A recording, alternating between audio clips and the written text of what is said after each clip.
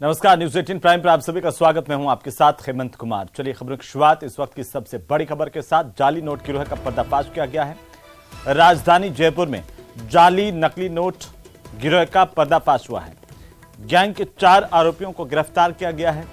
आपको बता दें कि जयपुर से इस वक्त की सबसे बड़ी खबर तस्वीरों के साथ। सबसे पहले सबसे तेज न्यूज 18 राजस्थान पर एक्सक्लूसिव तस्वीरें देखिए।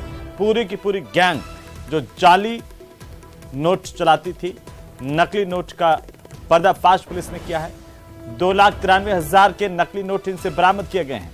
राजधानी में जाली नोट गिरोह किस तरीके से सक्रिय था, इसका पर्दाफाश राजधानी की पुलिस ने किया है। इस गैंग के 4 आरोपियों को गिरफ्तार किया गया जो भारतीय करेंसी के जाली नोट बाजार में चला रहे थे। करदनी थाना पुलिस ने बड़ी कार्रवाई की है।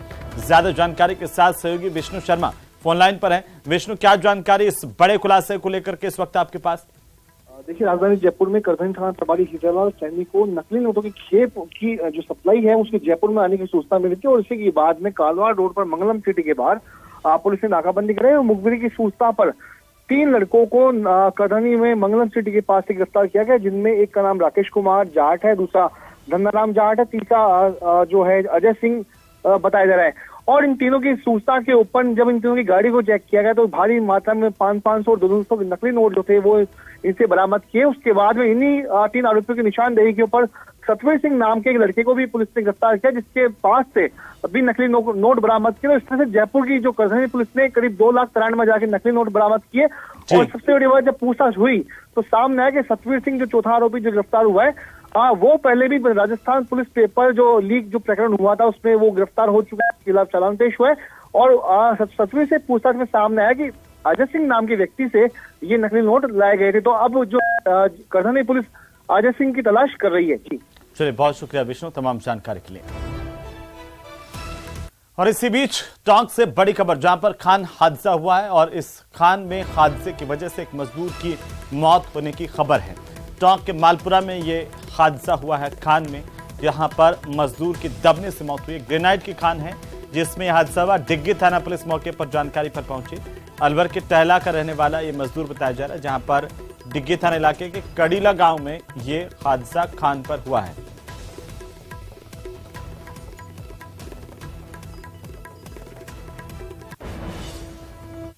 चलिए आगे बढ़ेंगे। विनाशकारी भूकंप के बाद तुर्की और सीरिया में मृतकों की संख्या लगातार बढ़ रही है। वहीं भूकंप का सिलसिला जारी है। तुर्की में 24 घंटे में 5 बार तेज कंपन हो चुका है।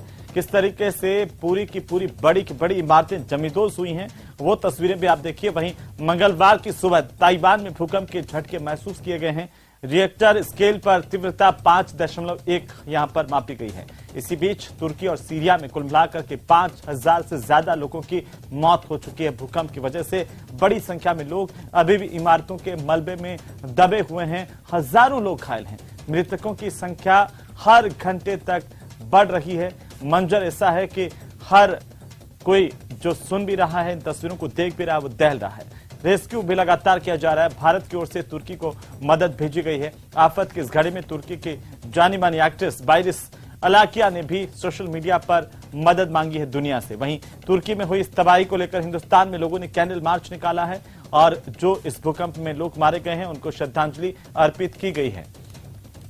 तो तुर्की और सीरिया में आए भूकंप के साथ साथ 9 देशों की जमीन कांप गई। कुदरत के कहर से मरने वालों की संख्या लगातार बढ़ रही है। वहीं भूकंप से देश के बड़े शहरों की तस्वीर तक बदल चुकी है। इमारतें धाराशायी होती हुई देखी जा सकती हैं। खास रिपोर्ट आप देखिए।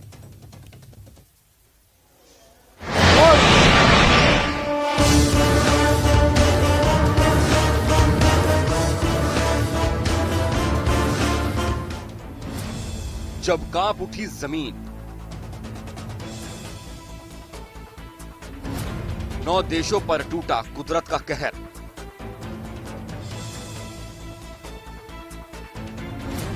हजारों इमारतें जमींदोज।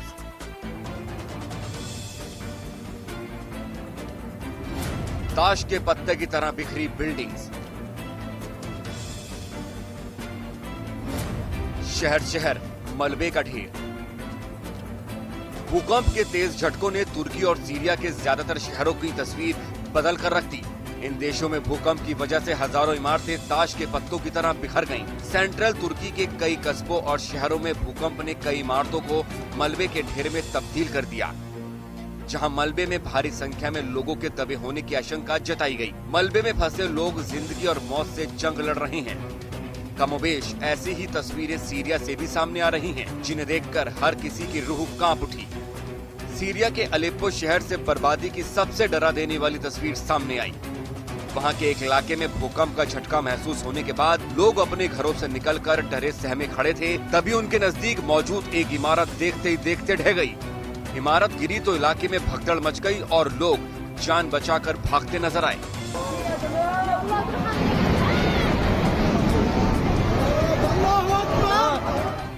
शहर के दूसरे इलाके से भी ऐसी ही एक डरा देने वाली तस्वीर सामने आई, जहां लगातार झटकों से हिल रही धरती के बाद घरों से निकलकर लोग सड़क पर आ गए। कुछ खुशनसीब थे जो बच गए, लेकिन बाकी न जाने कितनी जिंदगी मलबे में दफन हो गईं। इमारत के मलबे से वहां खड़े लोग अभी तक अपने आप को संभाल भी नहीं पाए थे कि एक दूसरी इमारत भी ताश के पत्तों की तरह बिखर गई और वहां सिर्फ धूल का गुबार दिखा। इसके बाद तो वहां भयंकर चीख पुकार मच गई। महिलाएं इधर से उधर भागती नजर आईं। किसी को भी ये नहीं समझ आ रहा था कि जाएं तो आखिर जाएं कहां। तुर्की में मौत की सुनामी आ गई। सुनामी की डरा देने वाली तस्वीर, भूकंप के बाद घंटों तक तबाही का मंजर। सीरिया ही नहीं, बर्बादी की डरा देने वाली तस्वीर तुर्की के भी कई शहरों से सामने आई, जहां 7.8 तीव्रता के भूकंप ने सब कुछ बर्बाद करके रख दिया। तुर्की के अदाना शहर में भी कई इमारतें ताश के पत्तों की तरह बिखर गईं। एक के बाद एक लगे झटकों के बाद कमजोर हो चुकी एक इमारत के जमींदोज हो जाने का वीडियो सामने आया। इस घटना के बाद वहां भी अफरा तफरी मच गई। इस बीच वहां के कई इलाकों में राहत और बचाव का काम भी जारी रहा। विनाशकारी भूकंप के बाद काफी देर तक इमारतों के रह रहकर गिरने का सिलसिला बदस्तूर जारी रहा। तुर्की के मलात्या शहर से सामने आई एक तस्वीर में दिखा कि एक इमारत महज कुछ सेकंड में धराशायी हो गई। उनमें रहने वाले कुछ लोग अपनी जान बचाने के लिए अपने परिवार के साथ भागते दिखाई दिए। मलात्या में तो इस तरह की तस्वीरें कई इलाकों में नजर आईं। वहां लगातार रेस्क्यू ऑपरेशन भी जारी रहा। इस काम में खोजी कुत्तों की भी मदद ली गई। तुर्की के मलात्या में मातम, हताए प्रांत में मचा हाहाकार। तबाही की जो तस्वीरें तुर्की के मलात्या शहर से सामने आई हैं, उससे भी खतरनाक मंजर हतह प्रांत में मौजूद एक बंदरगाह में दिखा। बंदरगाह को भी भूकंप से भारी नुकसान पहुंचा। वहां के एक हिस्से में तो आग भी लग गई, जिसकी लपटें आसमान तक उठती नजर आईं, जबकि धुएं का काला गुबार उस इलाके में फैल गया। तुर्की में विनाशकारी भूकंप के बाद 7 दिन के राष्ट्रीय शोक का ऐलान कर दिया गया है। तुर्की के राष्ट्रपति रेजिप ताइप एर्दोआन के निर्देश पर अगले एक हफ्ते के लिए सभी स्कूलों को बंद कर दिया गया और इसके साथ ही तुर्की की संसद की कार्यवाही भी 7 दिनों के लिए स्थगित कर दी गई, ताकि इस दौरान विनाशकारी भूकंप के बाद राहत और बचाव का काम पूरा किया जा सके, क्योंकि वहां इतने बड़े पैमाने पर तबाही मची है जिससे पूरी तरीके से उभरने में कई साल लग जाएंगे। इस बीच आसमान से ली गई तस्वीर ने साफ कर दिया है कि वहां भूकंप के बाद कई इलाकों का क्या हाल हो गया। वहां कई मकान पूरी तरह तबाह हो चुके थे। सड़क किनारे खड़ी गाड़ियां भी मलबे की चपेट में आकर बर्बाद हो गयी। उधर जर्मनी ने तुर्की और सीरिया की मदद के लिए दवाइयों और खाने पीने की चीजें समेत कई दूसरे सामान भी भेजे। इसके साथ ही जर्मनी ने इन दोनों देशों की हर संभव मदद करने का भरोसा भी दिया। तो वहीं उत्तर प्रदेश के मथुरा कोर्ट से चौंकाने वाली तस्वीर सामने आई है। मथुरा के कोर्ट में मंगलवार को भगवान की पेशी करवाई गई। आदेश के बाद भगवान कोर्ट में हाजिर हुए। इसके बाद कोर्ट ने उनकी उपस्थिति को स्वीकार किया। चर्चित केस श्री कृष्ण जन्मभूमि बनाम शाही ईदगाह मुकदमे पर मंगलवार को सुनवाई के लिए पेश होना था। जज के आदेश का पालन करते हुए याचिकाकर्ता ने भगवान की मूर्ति को ही उपस्थित कर दिया। याचिकाकर्ता आशुतोष पांडे ने यह बताया कि श्री कृष्ण जन्मभूमि बनाम शाही ईदगाह मुकदमा कोर्ट में विचाराधीन है। कोर्ट ने आदेश दिया था कि वे केशव देव महाराज गैर हाजिर हैं। इसके लिए हमने मूर्ति पेश की और केशव देव महाराज कोर्ट में पेश हुए और बाकायदा कोर्ट ने भगवान की हाजिरी भी स्वीकार की। श्री कृष्ण जन्मभूमि बनाम शाही मस्जिद ईदगाह नामक आज एक मुकदमा विचाराधीन था, जिसमें 6C और सर्वे रिपोर्ट पर बहस होनी थी। माननीय न्यायालय ने आदेश किया था पिछली 23 जनवरी को कि वादी नंबर 6 केशव जी महाराज गैर हाजिर है। माननीय न्यायालय, क्योंकि हम लोग न्यायप्रिय व्यक्ति हैं, इसलिए माननीय न्यायालय में उनका पालन करने के लिए श्री केशव जी महाराज को वादी नंबर 6 के रूप में हम लोगों ने लेके आए थे। तो वहीं श्रद्धा मर्डर केस में चार्जशीट का कोर्ट ने संज्ञान लिया है। आरोपी आफ्ताब को चार्जशीट की कॉपी दी गई। अगली सुनवाई 21 फरवरी को होगी और श्रद्धा मर्डर केस की चार्जशीट में पुलिस ने कई अहम खुलासे किए हैं। हत्या करने के बाद आफ्ताब अमीन पूनावाला ने श्रद्धा की लाश के छोटे छोटे टुकड़े किसी जल्लाद की तरह से किए थे। चार्जशीट में आफ्ताब के कबूलनामे पर नजर डालने पर यह पता चलता है कि आरोपी ने कत्ल के 3-4 महीने बाद श्रद्धा के चेहरे को बिगाड़ने की कोशिश की थी और इसी के बाद धड़ को ठिकाने भी लगाया गया था। विक्टिम अगर बात करें तो ये राइट नहीं है हमारा, बट हम सर्टिफाइड कॉपी के लिए अप्लाई करेंगे क्योंकि ये केस हमें फास्ट ट्रैक कोर्ट करवाना है, time bound fast track court करवाना है, जिसकी वजह से हमें हाई कोर्ट मूव करनी पड़ेगी पिटीशन की एक डायरेक्शन दिया जाए जिससे ये मैटर हमारा फास्ट ट्रैक पर आ जाए। तो उसके लिए हमें चार्जशीट की जरूरत है। इसके लिए आज हम कोर्ट में मूव कर रहे हैं सर्टिफाइड कॉपी के लिए वकालतनामा के साथ, क्योंकि हम सभी लोग जानते हैं कि निर्भया केस में भी 7 ईयर लग गया और वो केस भी फास्ट ट्रैक था। तो मैं चाहती हूँ कि ये केस हमारा fast track, time bound fast track हो, विदिन 2 मंथ्स में डिस्ट्रिक्ट कोर्ट से डिसाइड हो। मैक्सिमम जो पनिशमेंट की पूरा देश ही डिमांड कर रहा है और जो प्रोविजन है कि रेयरेस्ट ऑफ रेयर मैटर है, जो चार्जशीट फाइल हुई है कि किस तरीके से उसने टुकड़े किए श्रद्धा के, इन सारी चीज़ों से तो जल्दी से जल्दी इसमें कन्विक्शन हो और डेथ पेनल्टी से कम इसमें सजा ना हो। इसके लिए हम लोग पूरा प्रयास कर रहे हैं कि जल्दी से जल्दी हो चीजें। तो वहीं त्रिपुरा में आगामी विधानसभा चुनाव को लेकर भाजपा ने हुंकार भर दिया। रक्षा मंत्री राजनाथ सिंह 2 दिन के दौरे पर हैं और मंगलवार को राजनाथ सिंह ने ऊनाकोटी जिले के कैलाश शहर में एक चुनावी रैली को संबोधित किया। उन्होंने कहा कि त्रिपुरा को आज राज नहीं स्वराज की जरूरत है। यहां पर समय समय पर सत्ता का परिवर्तन हुआ है, यहां राज्य तो आया पर स्वराज नहीं आया। वहीं मार्क्सवादी कम्युनिस्ट पार्टी पर वर्षों तक त्रिपुरा के लोगों को शोषण करने के आरोप लगाते हुए उन्होंने कहा कि भाजपा की सत्ता में आने के बाद राज्य का चेहरा बदल गया है। हमारी सरकार का फैसला, मोदी जी ने कहा है हमारे हिंदुस्तान का एक भी जिला नहीं बचना चाहिए जहां पर भी मेडिकल कॉलेज न खुल जाए। त्रिपुरा के हर राज्य में, हर जिले में मेडिकल कॉलेज खुलेगा। बहनों भाइयों, हर जिले में मेडिकल कॉलेज खुलेगा। गरीबों की चिंता करने वाली, दलितों की चिंता करने वाली, शोषितों की चिंता करने वाली यदि कोई सरकार है मेरे बहनों भाइयों तो वो भारतीय जनता पार्टी की सरकार है। यदि यह सरकार दलितों की, गरीबों की, वंचितों की चिंता करने वाली, आदिवासियों की चिंता करने वाली सरकार न होती तो मैं समझता हूं न तो लोगों के घरों में शौचालय बनता, न तो लोगों के घरों में पानी पहुंचता, न तो लोगों के घर में बिजली पहुंचती और न तो लोगों को आयुष्मान भारत का कार्ड देता। 12.5 लाख लोगों को त्रिपुरा में आयुष्मान भारत का कार्ड मिला हुआ है। तो वहीं त्रिपुरा विधानसभा चुनाव के लिए चुनाव प्रचार चरम पर है। बड़े नेता चुनाव प्रचार के लिए राज्य के दौरे पर हैं। मंगलवार को उत्तर प्रदेश के मुख्यमंत्री योगी आदित्यनाथ भी खोवाई में एक रैली को संबोधित करने के लिए पहुंचे। इस दौरान उन्होंने कांग्रेस और कम्युनिस्ट पार्टी पर जोरदार हमला बोला। योगी आदित्यनाथ ने कहा कि काम पहले भी हो सकता था लेकिन कम्युनिस्टों ने नहीं किया, कांग्रेस ने भी नहीं किया क्योंकि विकास उनके एजेंडे में नहीं था। घुसपैठ करवाते थे, यहां सुरक्षा में सेंध लगवाते थे, गरीबों के लिए आने वाली योजनाओं पर लूटपाट कराते थे। यह कहना है योगी आदित्यनाथ का। और आज आप देख रहे होंगे डबल इंजन की सरकार जब भारतीय जनता पार्टी की आती है तो विकास भी लाती है, सुरक्षा भी देती है, आपकी आस्था का सम्मान भी करती है। मैं तो उत्तर प्रदेश से आया हूं, आबादी की दृष्टि से सबसे बड़ा राज्य है उत्तर प्रदेश। 25 करोड़ की आबादी उत्तर प्रदेश में निवास करती है और भाइयों बहनों आज आप देख रहे होंगे अयोध्या में काशी विश्वनाथ धाम बन करके तैयार हो गया है। तो वहीं पश्चिम बंगाल के मुख्यमंत्री ममता बनर्जी ने मंगलवार को अगरतला में केंद्र की बीजेपी सरकार पर जोरदार हमला बोला। मुख्यमंत्री ममता बनर्जी ने कहा कि 2024 में डबल इंजन की सरकार रहेगी या फिर जनता की सरकार, ये तो वक्त ही बताएगा।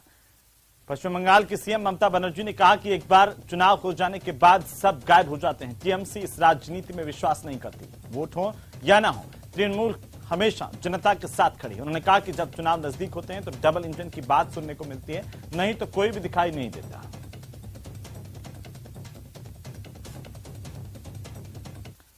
तो वहीं दिल्ली में आज बीजेपी की संसदीय दल की बैठक हुई। इस बैठक की अध्यक्षता प्रधानमंत्री नरेंद्र मोदी ने की। बैठक शुरू होने से पहले राष्ट्रीय अध्यक्ष जेपी नड्डा ने प्रधानमंत्री मोदी का स्वागत किया। इस बैठक में बीजेपी के तमाम बड़े नेता मौजूद रहे। तो बैठक में मुख्य तौर पर बजट 2023 को लेकर चर्चा की गई। बजट के क्रियान्वयन को लेकर चर्चा हुई। इसके साथ ही संसदीय दल की बैठक में कई अन्य मुद्दों पर भी विस्तार से चर्चा हुई है। इस बैठक में विपक्ष के हंगामे से निपटने को लेकर के एक रणनीति बनाई गई है। बैठक के दौरान प्रधानमंत्री ने कहा कि पूरा देश यूनियन बजट की तारीफ कर रहा है। सेंटर पॉइंट, तो इसीलिए इस बजट में माननीय प्रधानमंत्री जी ने कहा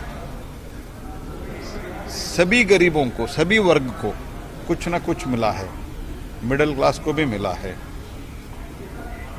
और उन्होंने एमपीज को एक कॉल दिया है कि इस बजट में आपके क्षेत्र में जो गरीब रहते हैं, जो मिडिल क्लास रहते हैं, उनको क्या मिला है, ये संवाद करना शुरू करो और सभी वर्गों के साथ संवाद करना चाहिए। और जो हमारा गुड इंटेंशंस है, वो गुड इंटेंशन के बारे में कॉमन लोगों को समझने का कोशिश करना चाहिए, उनके साथ इंटरेक्शन करना चाहिए। और जो हर बार जब बजट हम प्रेजेंट करते हैं, कुछ लोग तो विरोध करने वाले तो रहता ही रहता है, लेकिन इस बार लगभग जो नॉर्मली भारतीय जनता पार्टी के विचार के खिलाफ है, वो लोग भी बजट का स्वागत किया है।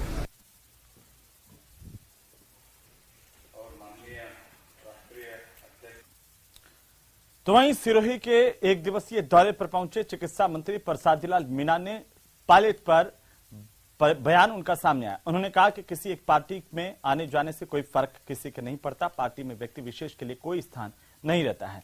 सभी पदाधिकारियों को हाईकमान का निर्णय मान्य होता है।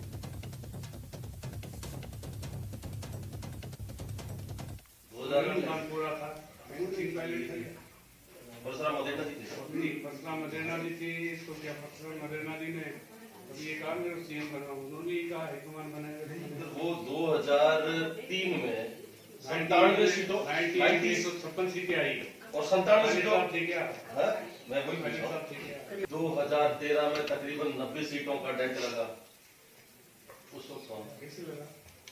कम आई 2008 में आई थी। पूरे भारत में लगी थी ना। बिल्कुल, राजस्थान तो जीरो था। दो इंडिया में 2 एमपी थे। नहीं, मैं उस रिकॉर्ड जनता को अपन चैलेंज नहीं कर सकते। जनता क्या निर्णय करती क्या नहीं, जनता का निर्णय। मैं गहलोत साहब से 2 कार्यकाल की बात कर रहा हूँ। तकरीबन 90 सीटों का डेट लगता है किसी का होता है। तकरीबन 90 सीटों का डेट लगता है। भी चुनाव आ गए थे 1985 में। जनता का निर्णय है, इसके लिए किसी को जिम्मेदार नहीं ठहराया। नहीं, मैं किसी को जिम्मेदार नहीं कर रहा हूँ। मैं चुनाव आ गए थे ना। तो वहीं राष्ट्रपति के अभिभाषण के बाद धन्यवाद प्रस्ताव पर बहस के दौरान बीजेपी सांसद सीपी जोशी पर विपक्ष की ओर से सती प्रथा के महिमा मंडन को लेकर के लगे आरोपों पर सांसद जोशी ने न्यूज 18 के हमारे संवाददाता लखवीर सिंह से खास बातचीत की। उन्होंने कहा कि 2014 के बाद मोदी सरकार ने वो काम करके दिखाए जो पिछले 60 साल में नहीं हुए। मोदी सरकार का संकल्प है कि इस अमृतकाल में भारत जब 100 साल पूरे करे तो विश्व विजेता बने। और ऐसे ही जो गुलामी के प्रतीक चिन्ह हटाए कुछ देश भर में थे, जैसे मुगल गार्डन का नाम परिवर्तित किया, राजपथ से कर्तव्य पथ बनाया। ऐसे ही चित्तौड़गढ़ के दुर्ग पर जो मीरा पन्ना और पद्मावती का गौरवशाली इतिहास जहां से जुड़ा है, वहां एक पुराना इतिहास लिखा था कि रानी पद्मावती को अलाउद्दीन खिलजी को कांच के आईने में दिखाया था। वो कैसे संभव है कि जिस नारी ने हजारों नारियों के साथ अपने सतीत्व की रक्षा के लिए आग के उबलते हुए कुएं में अपने आप को स्वाहा कर लिया, वो कैसे नारी अपने आप को आईने में दिखा सकती है? तो उस इतिहास के गलत इतिहास के पन्नों को भी हटाकर हमारा गौरवशाली इतिहास अंकित किया। और अब बात सिद्धार्थ कियारा की शादी की। सिद्धार्थ और कियारा ने एक दूसरे के साथ 7 फेरे लिए हैं। जैसलमेर के सूर्यगढ़ पैलेस से एरियल के बीच बावड़ी स्थित एक जगह पर विशेष मंडप सजाया गया, जहां पर सिद्धार्थ कियारा एक दूसरे के हो गए। वर वधु पक्ष के लोगों ने व्हाइट पिंक थीम के कपड़े पहने थे।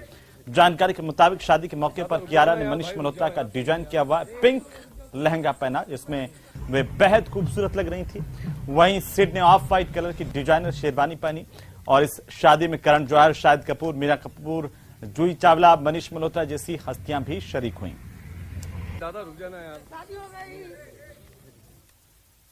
चलिए आगे बढ़ेंगे।